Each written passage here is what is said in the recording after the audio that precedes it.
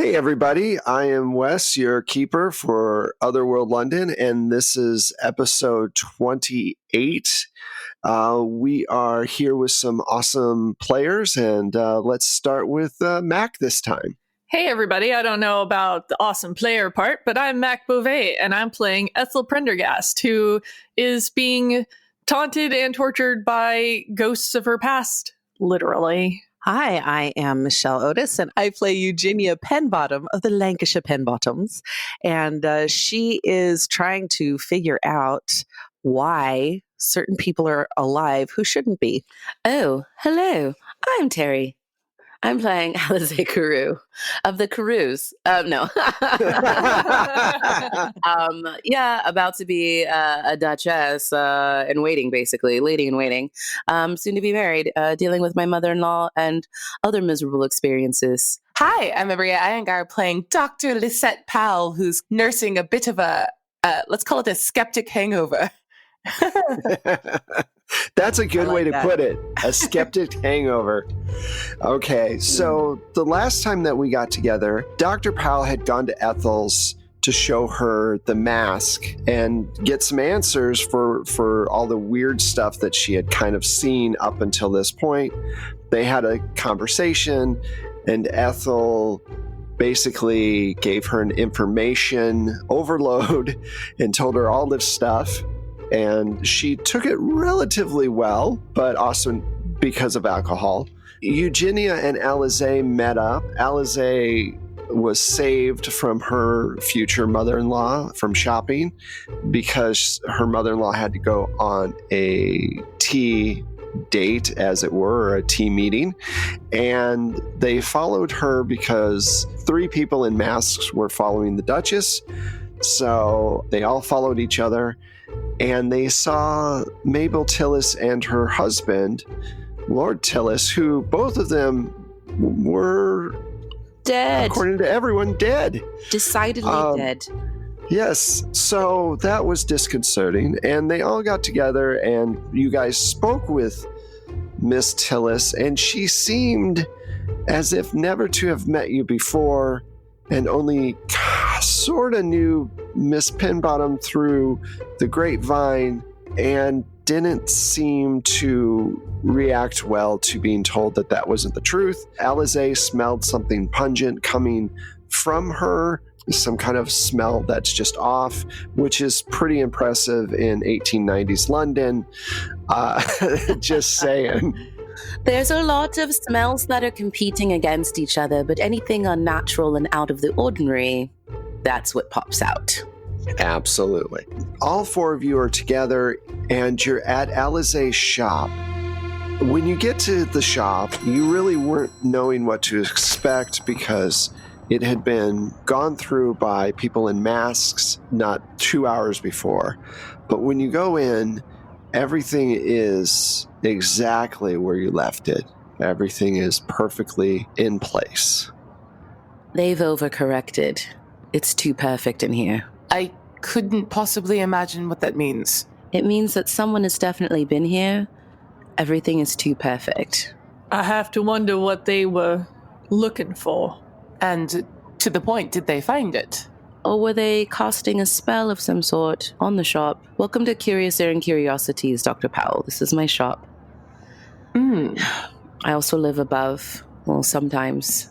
Sometimes? Now, I didn't see them go upstairs. I only saw them down here. We should check upstairs as well. Ethel's going to try and scope around for anything they may have left behind, or drawings or, runic configurations or whatever they might have done. So I'm imagining all of you at this point are kind of at a heightened alert. Everybody do a spot hidden roll. That's my super roll. I hope I do good. I believe in you. 5. Wow, this is a new Mac. Excellent. Yeah, I think my dice caught whatever Mac's dice used to have. I have 86. Mine have also caught the disease.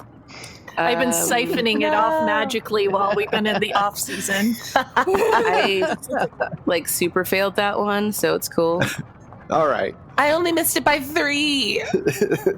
So, Alize and Dr. Powell, you're looking around, you don't really see anything. Eugenia and Ethel, you notice that there's a flower that's out of place just a few inches from the door, but it seems like it's actually growing through the wood. It's not just dropped there. Oh, no. I have a suspicion, ladies. There's a flower that is growing directly out of the wood, making me wonder if this is what they intend to be their next church, if we can call it that, location. So you're saying my place is now a new beacon for these creatures. Great. Wait, are we calling them creatures and not just people in masks? They start as people in masks, but they slowly transform into whatever spirit of the animal that seems to be placed upon their face. You notice how hard it was to take those masks off, from what I recall. I mean, it was difficult, but not impossible. I assumed there was some sort of caustic agent on the other side of it, bonding to the skin, but... Right, but there's not only them wearing a mask, but it also changes their nature inside to more closely align with the animal for which they are wearing. Wild. While they're discussing, I'm going to see what happens if I try to pluck the flower. Okay, as you start to reach for the flower, it looks like a rose, and it opens up, and inside of it is a small face. Cool. And it starts to scream at you as you start to reach for it in a high-pitched fashion. That's not disturbing at all. Nope, no thank you.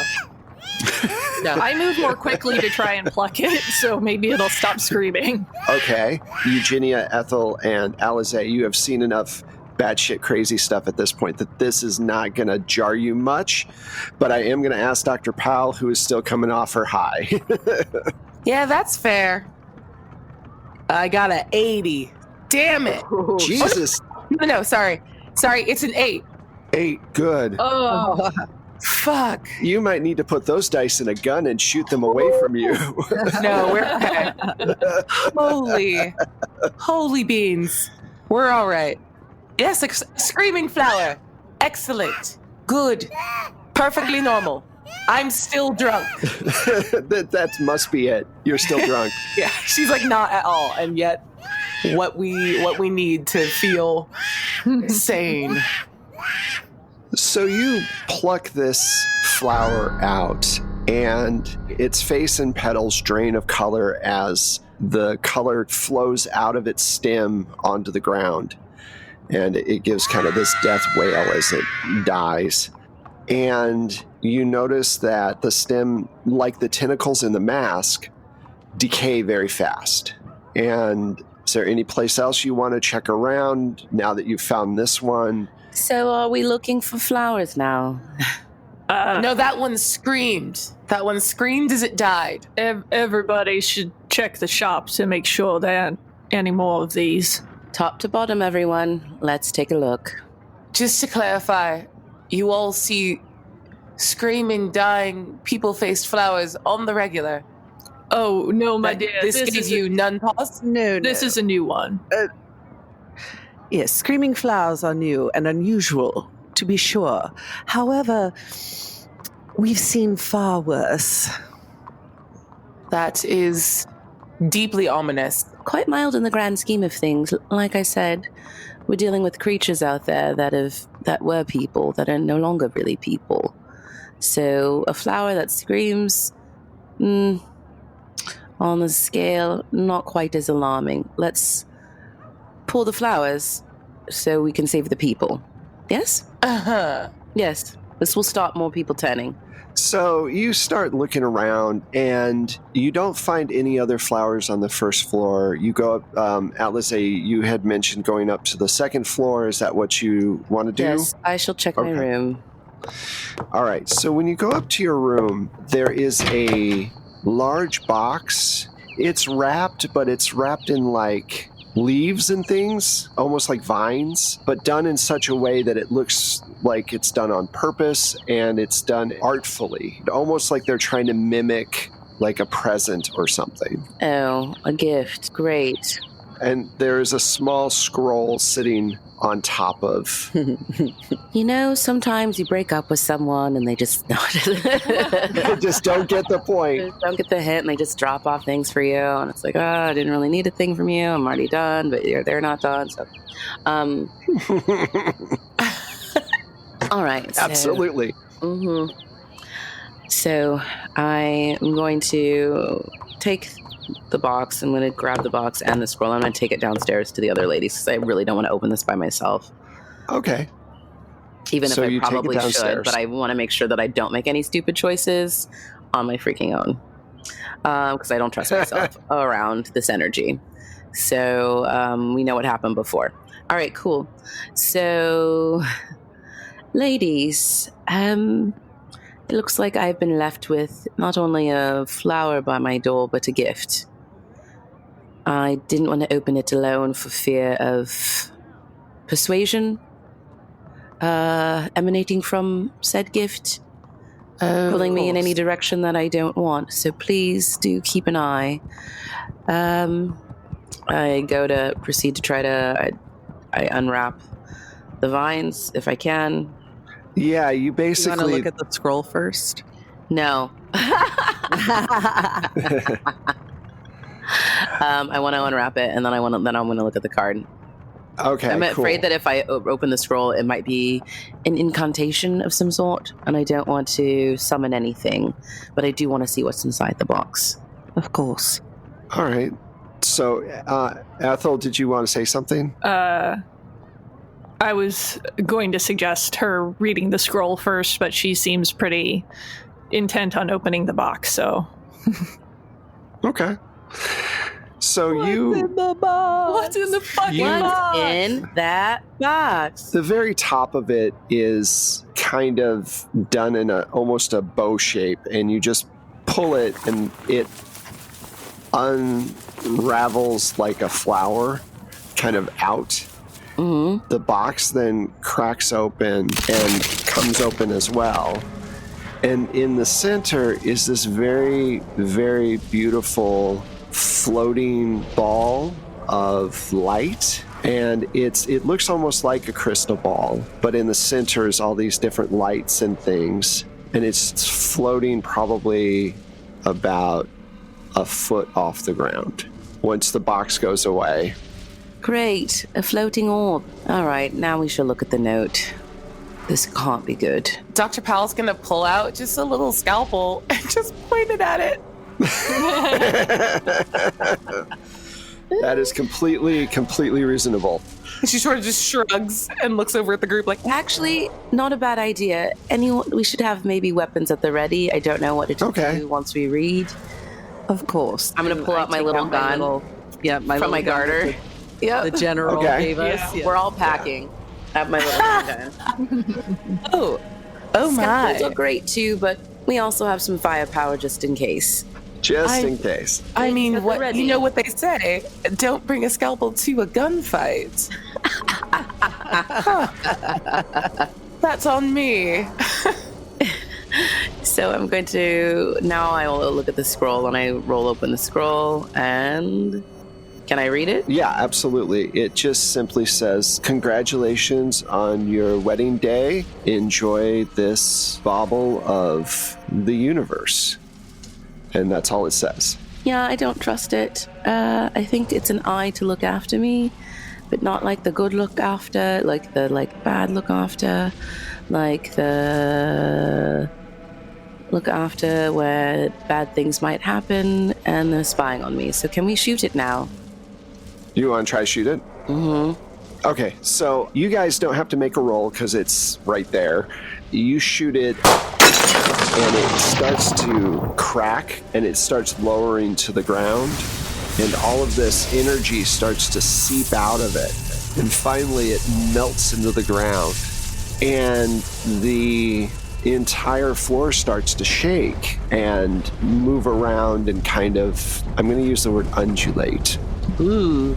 And you see suddenly this spear of a branch coming up through the floor. and then more branches. And a tree trunk starts to form up through the center of the building.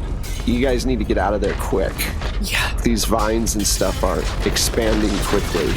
So whatever this was, it was an egg or a seed for one of these trees. Right, so not a good gift. Let's run, ladies. Yes. So everybody give me a dex check.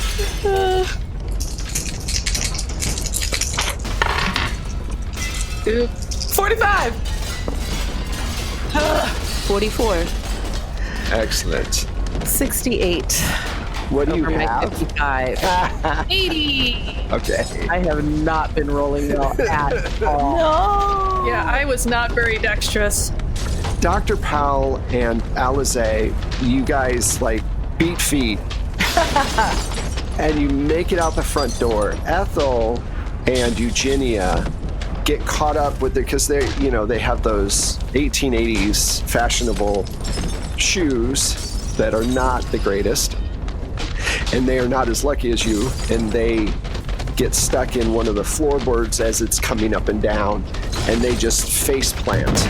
You see all of these vines kind of wrap around them so that they're kind of stuck on the floor as the tree goes up through the ceiling.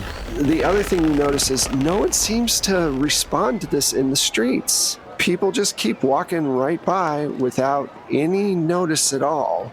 Eugenia and Ethel, you both take 3 points of hit point damage just because it hurts. It's kind of squeezes you. You fall down hard, and you're stuck under these wood vines that have grown up around you.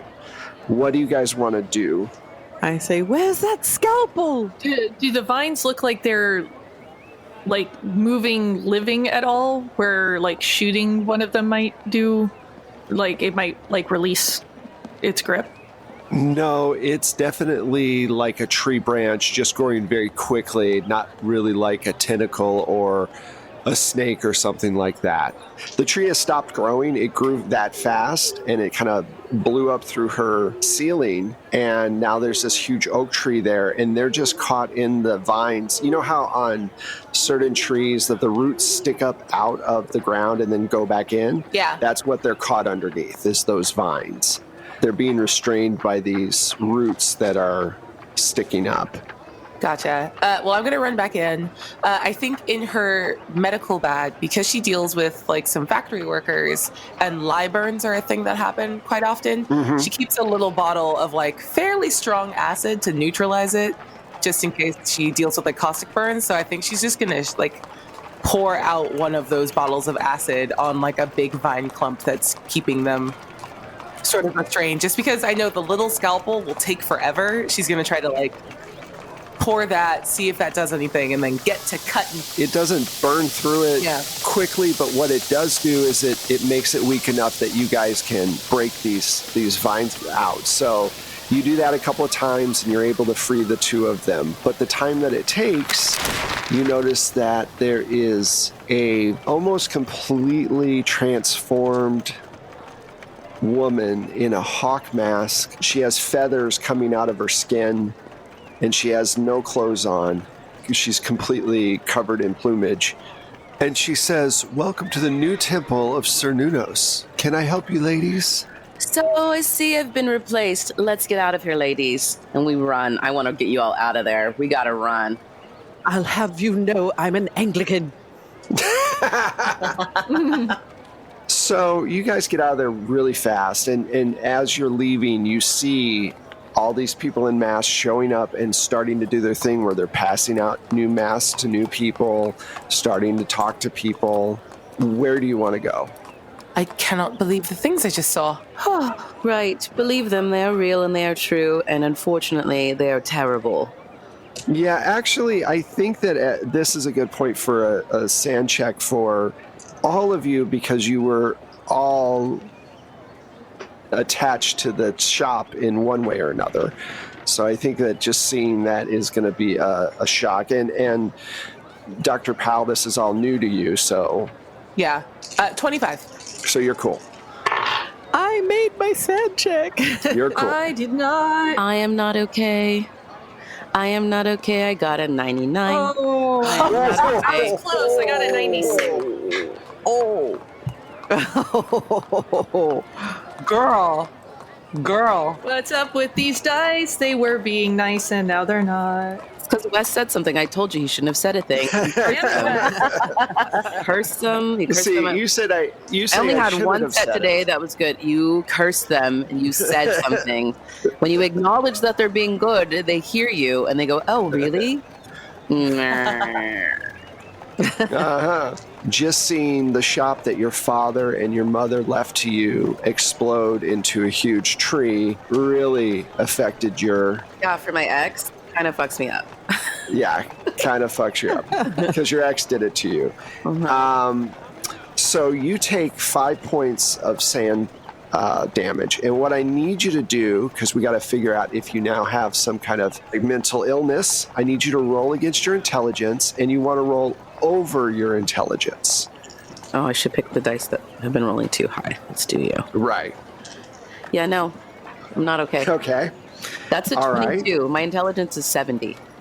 Yeah, so you are processing everything very well. Okay, so roll me a 10-sided die and tell me what you get. 3. 3. So you guys get outside, and we'll get to Ethel in a moment, but you guys get outside and you start getting away, and Alize suddenly just breaks, like something snaps in her brain, and she turns around and just flies into a group of masked people and starts wailing on whoever's nearest to them without any worry about her own self. Like, she's just in there smacking, punching.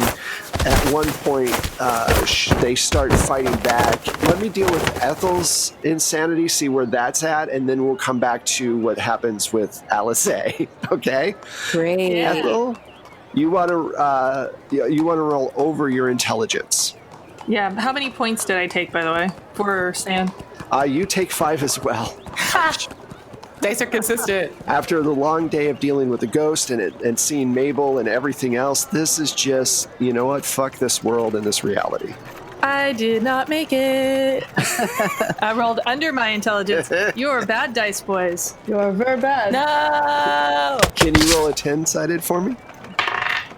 7. Okay, 1 second. Gonna get other dice, boys.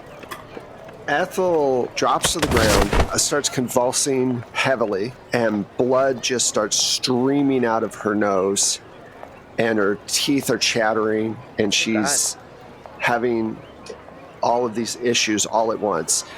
Dr. Powell? Yeah, I think she's definitely going to jump in and assume she's having some sort of like a grand mal seizure, and we'll be going into like trying to restrain to keep her from like flailing in a way that would harm her and like. Okay, cool. Yeah. So do a medicine roll for me, and then do a strength check for me. Sweet. Oh, god damn it. I got a 96 on my medicine roll. Wow. I'm so good at medicine. Damn it. I don't understand why pressing my thumb in her eye socket isn't helping her. Why isn't that working? It works all the time. Some good old-timey medicine. Some good old-timey. IR doctor. So stupid. And then 14 on the strength check. You're not supposed to swallow the frog when I put it in your mouth. You just let it sit in there and let the juices seep in. God damn it. So what'd you get on your strength check? 14. Okay. So you're trying to figure out the best way to keep her from hurting herself. You're able to restrain her, but not before she throws this amazing haymaker out of nowhere and it just cracks you straight in the face. Just crack. Yeah. And you can feel the blood just running down from your nose as you're trying to restrain her. You take 2 points of damage. Cool. I guess I deserved that. Fuck. So that leaves Eugenia not restraining someone or in a brawl. What is Eugenia gonna do? Eugenia's going to run towards Alizé. She's going to fire her gun in the air in the hopes that it will shock them enough to disperse them. Okay. And then grab Alizé by the collar and drag her out.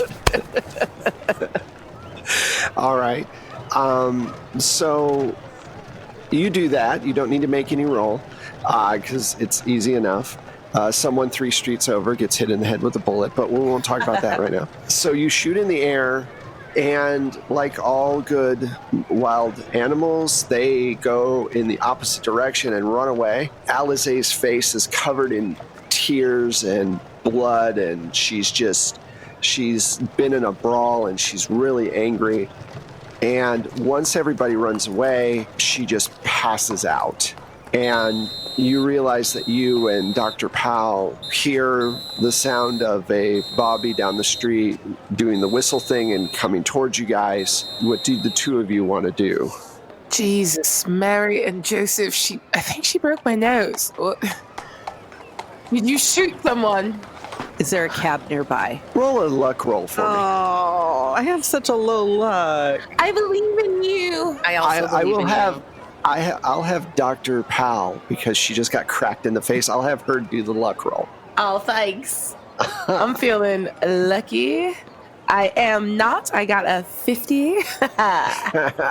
Okay, so no, like before, there isn't any cabs around, mainly because there were so many people in mass that suddenly showed up that kind of choked out the street. This police officer, basically foot patrol guy, comes up. It's like, Madam, what's wrong with the? I heard a gunshot. What is she shot? What's happening? She's talking to you, Dr. Powell. Oh, okay. I make sure my gun is hidden back in my garters because they will never look there. Yeah. Right. It wasn't a gunshot. It's I believe my good friend here is having some sort of seizure. She needs medical attention post haste. Okay, I will, and so he starts blowing his whistle to call other people over. Now, he hasn't really noticed you, Eugenia, or Alizé, who you guys are like 20 feet away from where Dr. Powell is. And Alizé is slumped over on the floor, on the ground. What do you want to do? I am flagging off Eugenia, by the way. Just like, go. Yeah, but there's nowhere to go. So I'm gonna. No, she's saying you should go and leave Alizé there. I think, right? Yeah. I mean, no, I was like, do you look like you have the ability to like carry her off? No. Okay, then I would say like leave her here and we'll treat it like a medical situation. Like just. Okay. I mean, yeah, all she's doing is waving, so you can take that however you want. Okay, so What do you want to do? I don't want to just leave her there, but at the same time, Jail's not pretty. So, okay, I'm going to go like around the corner, and then I'm going to go get help. Like maybe get my cab. Well, not cab, but get my carriage, from home. All right. Or whatever. But I'm going to go get help. At least go get the general because he has some influence. Okay, cool.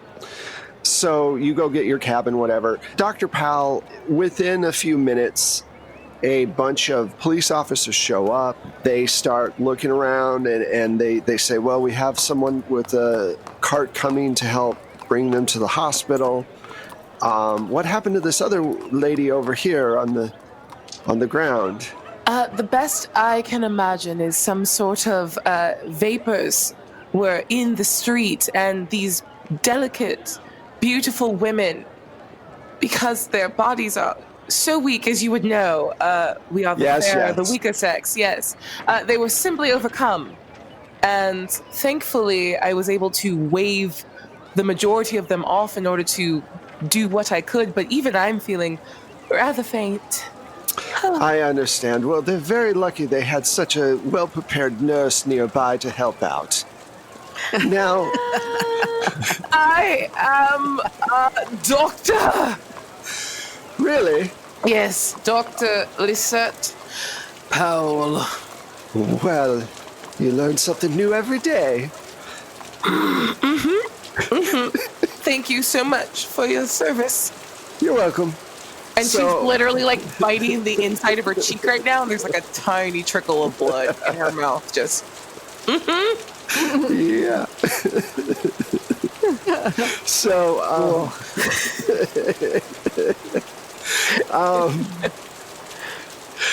a few moments later, an ambulance shows up, and they're able to restrain Ethel, who is still having this ongoing seizure of some sort, and they put Alize on a stretcher as well. They, ask you if you want to ride along to the hospital.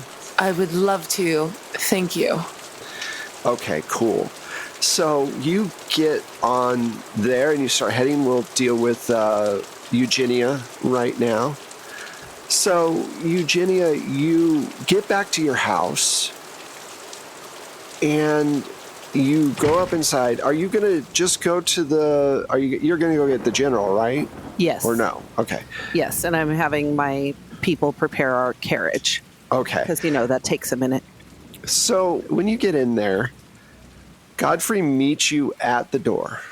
Madam, you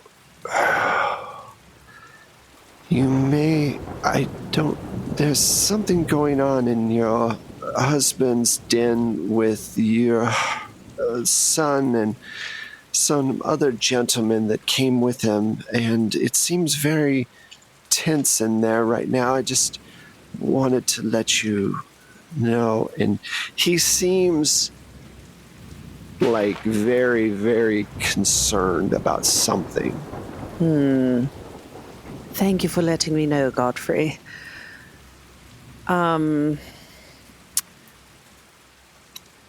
I go in. Okay. Go in.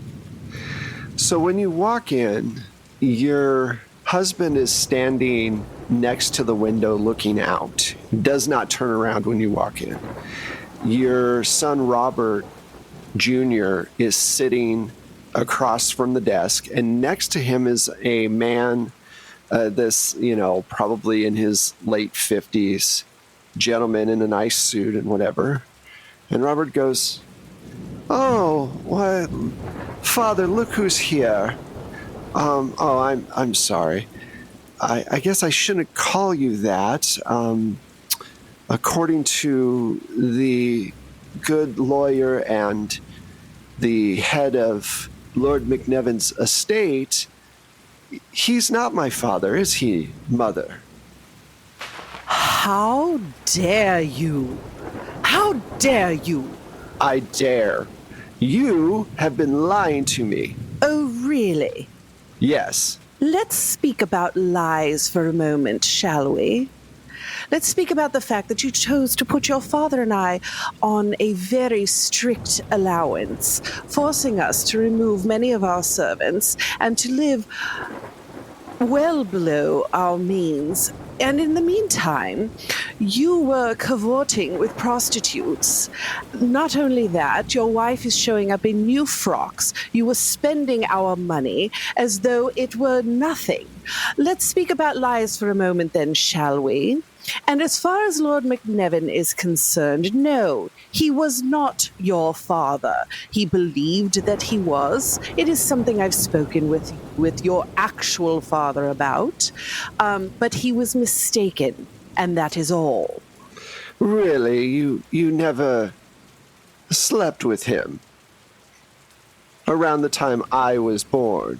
I am not even going to dignify that with a response. How dare you speak to me in that manner? How dare I?